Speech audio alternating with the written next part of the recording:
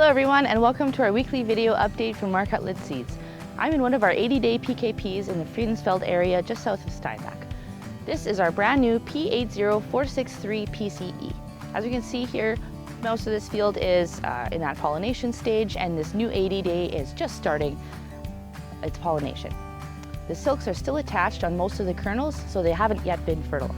If we take a look at this P7822AM, it's about halfway in terms of pollination, as those silks have let go from that plant. It'll always pollinate from the bottom to the top of the ear.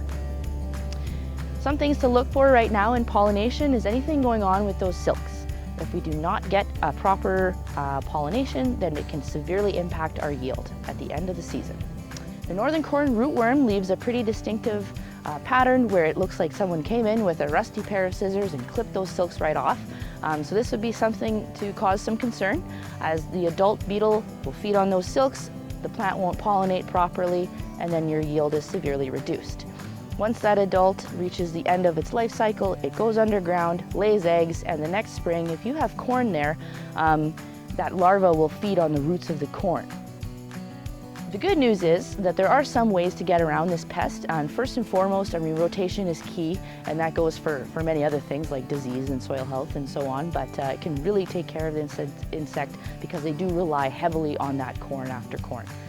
The other thing that we do offer with Pioneer is a seed treatment, and so we can pre-order that. It does require a little bit of planning, but it's an option.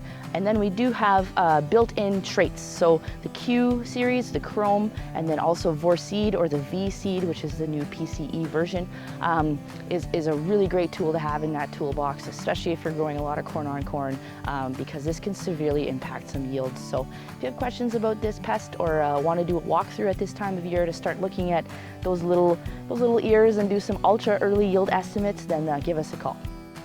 I've now moved to a canola field in a New Bell area, and like much of the rest of the region, this canola looks absolutely fantastic. This field has our one and only PKP for canola at Mark Hutlett Seeds in 2025, and it's going to showcase our full Liberty lineup as well as 2 new experimentals. Something we've noticed in canola in the last few weeks are some of those big weed escapes. So typically it's lamb's quarters or kochia. These are hard to kill weeds just as it is, but they're really towering over that crop. And sometimes the best way to get a clean slate and allow some flexibility with in-season herbicide management is a pre-seed or a pre-emerge. So we did see some demonstrations this week at the Carmen Corteva demo site with the use of Prospect before canola and also available before corn, where it really made a difference with those late escapes, just allowing for, like I said, some flexibility in season. So this is a cool. There are other companies that offer great pre-seed and great pre-emergent products like Veraxer that you can use ahead of soybeans.